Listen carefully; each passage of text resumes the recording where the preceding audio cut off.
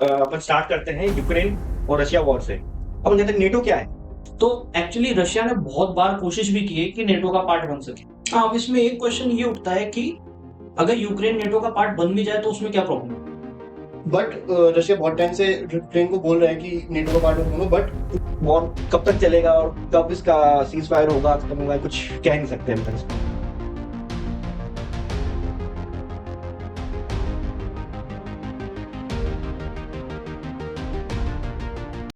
Hi everyone, welcome to another episode of the Rahul Anand podcast. आज के इस पॉडकास्ट में हम बेसिकली डिस्कस करने वाले हैं वर्ल्ड में जो अलग अलग वॉर्स चल रहे हैं and we will mostly be focusing on US Iran war but also the other wars that have been happening. So let's get started. तो बेसिकली अभी अपन स्टार्ट करते हैं यूक्रेन और रशिया वॉर से। तो ये यूक्रेन और रशिया की वॉर स्टार्ट हुई थी 2022 में। तो इसका रीजन क्या था वॉर स्टार्ट होने का?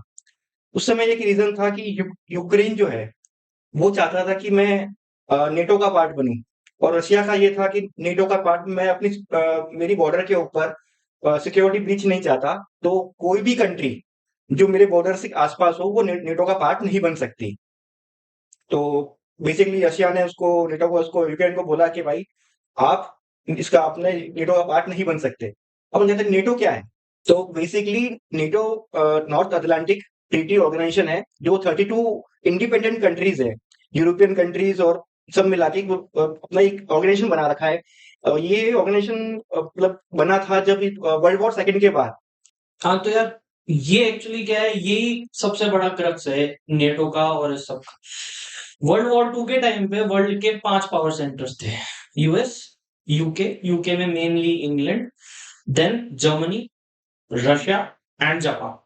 नाउ जर्मनी और जापान जो थे वो एक दूसरे के साथ थे, the Axis powers. And Russia, UK and USA जो है वो एलाइड पावर्स थे basically. And world war two के एंड में जो जर्मनी एंड जापान जो पावर सेंटर्स थे ये बेसिकली खत्म हो गए थे। नाउ नेटो बनाने के पीछे एक बड़ा कारण ही यही था कि एक बड़ी कंट्री हम यूरोपियन यूनियन की छोटी छोटी कंट्रीज पे कभी अचानक से अटैक ना कर डाले।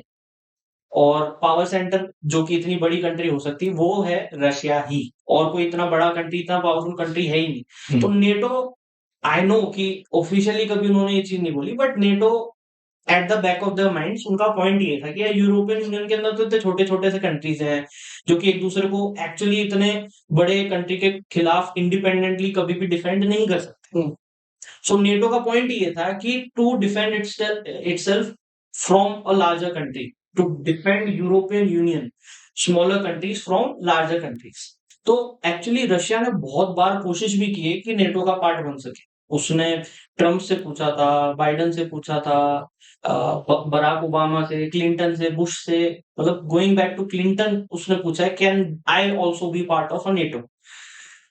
बट ओवरऑल तो पॉइंट यही है कि नेटो बना इसीलिए कि रशिया से आने वाले टाइम में रशिया से अपने आप को डिफेंड कर सके। तो वो उसको कभी भी उसका पार्ट नहीं बनने दिया। लेकिन ट्रम्प से पहले जितने भी प्रेसिडेंट्स हैं उन्होंने पुतिन को हमेशा ये चीज की गारंटी दी है, इस चीज का अश्योरेंस दिया है कि भाई हम कभी भी तुम्हारे पास के किसी कंट्री को नेटो का पार्ट नहीं बनेंगे, ताकि यू कैन, मतलब तुम अपनी खुद की सिक्योरिटी को मेंटेन करके रख सको। हमने नेटो बनाया इसलिए ताकि अगर तुम्हारे जैसा, तुम या तुम्हारे जैसा कोई कंट्री अगर अटैक करे ईयू पे, तो उसके अगेंस्ट अपने आप को डिफेंड कर सके। हमारा ऑब्जेक्टिव ये नहीं कि हम तुम्हें दबाएं, तुम पे अटैक करें। अब इसमें एक क्वेश्चन ये उठता है कि अगर यूक्रेन नेटो का पार्ट बन भी जाए तो उसमें क्या प्रॉब्लम है।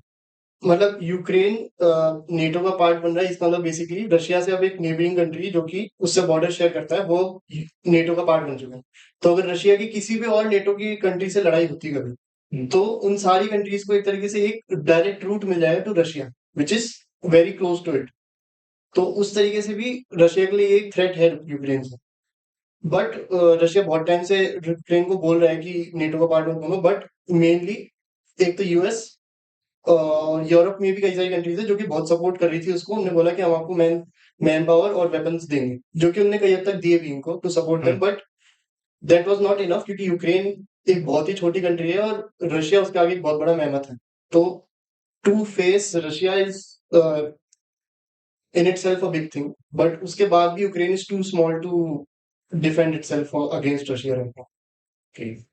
सो और नेटो का सिर्फ मतलब ये भी नहीं है कि वो कंट्रीज अपने सारे के सारे एक दूसरे को सपोर्ट करेंगे, बट वो अपने आर्म्स आर्मामेंट्स भी उसमें स्टोर कर सकते हैं, which also includes making air strikes which can launch immediate rockets on other countries, और एज सच इन सब चीजों को भी स्टोर कर सकते हैं। सो यूक्रेन का पार्ट उसमें बन जाना would be very dangerous for Russia. Okay. Right, ये चीज कहना बहुत सिंपल है कि भाई रशिया को यूक्रेन पे अटैक नहीं करना चाहिए। भाई Russia is not an ideal country, but अपने नेशनल इंटरेस्ट को एक्चुअली डिफेंड करने के लिए, अपने नेशनल इंटरेस्ट को इंटैक्ट रखने के लिए अपन ये कह सकते हैं कि रशिया ने यूक्रेन के ऊपर अटैक किया, जो कि एक मतलब war is never good, nobody can be मतलब राइचस। ये कोई नहीं कह सकता कि भाई इस लड़ाई में ये सही था या ये गलत था, जैसा कि हम इसराइल और हमास की वॉर में भी हम लोगों ने देखा था। तो आई थिंक रशिया और यूक्रेन के वॉर के अंदर बहुत सारी लाइव्स एक्चुअली लॉस्ट हो चुकी हैं, and it's a big conundrum. हम्म। तो ये 2022 से अभी तक ये यूक्रेन और रशिया की वॉर चल रही है। मोस्टली यूक्रेन की कई सिटीज और उनकी जो कैपिटल है वगैरह सब कुछ डिस्ट्रॉय सी हो गई है।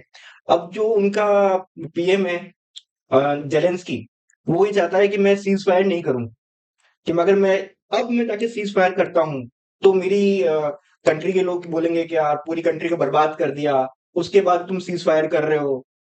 तो वो मतलब बीच में सीज फायर करने की हालत में भी नहीं है, और ना तो बाकी जो यूएस के जब नया अपना जो प्रेसिडेंट बना है ट्रम्प, वो भी बिल्कुल उसको सपोर्ट नहीं करना चाह रहा है उसको। अब वो बीच में कहीं मजेदार में फंस चुका है ये। हाँ, वो बड़ी एक हम्म। लेजेंडरी सी एक मीटिंग हुई थी ना जेलेंस्की, ट्रम्प और जेडी वैंस के हाँ, बीच में, यस यस यस। जिसके अंदर वो जेडी वैंस और ट्रम्प उसको बुली ही कर रहे थे पूरे टाइम। हम्म।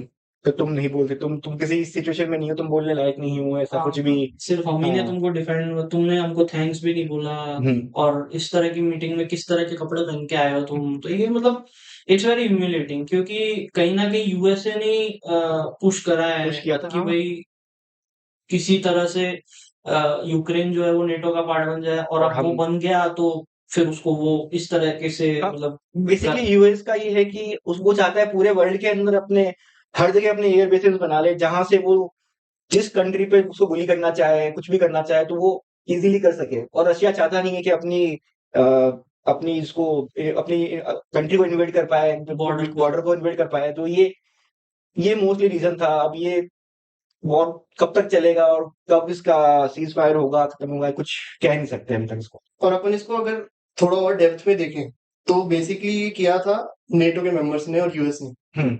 जो उनने कन्विंस किया यूक्रेन को और ये सब कुछ, और उसके एंड में सफर कौन कर रहा है? यूक्रेन, और काफी हद तक रशिया भी।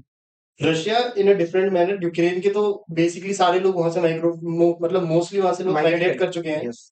जो थोड़े बहुत बचे हैं वो भी सिर्फ वॉर के लिए बचे हैं वहां पे, जो अब वॉर वो कर रहे हैं ऐसे सिर्फ वो लोग लोग हैं हैं। जो कि माइग्रेट करना अफोर्ड ही नहीं कर सकते, जो यस, जा ही नहीं सकते, बस वही रुके हैं। वो, और अब कहीं ना कहीं अपन देखें तो रशिया को भी इससे बहुत ज्यादा नुकसान हो रहा है, क्योंकि if a country is in a state of war, उससे कोई भी ट्रेड नहीं करना चाहता।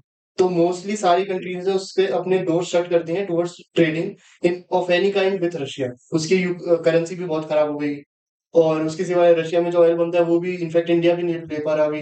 रिसेंटली भी एक इवेंट हुआ था जहाँ पे ट्रम्प ने बोला था कि हम अलाउ करते हैं इंडिया को कि वो भी रशिया से ऑयल ले ले।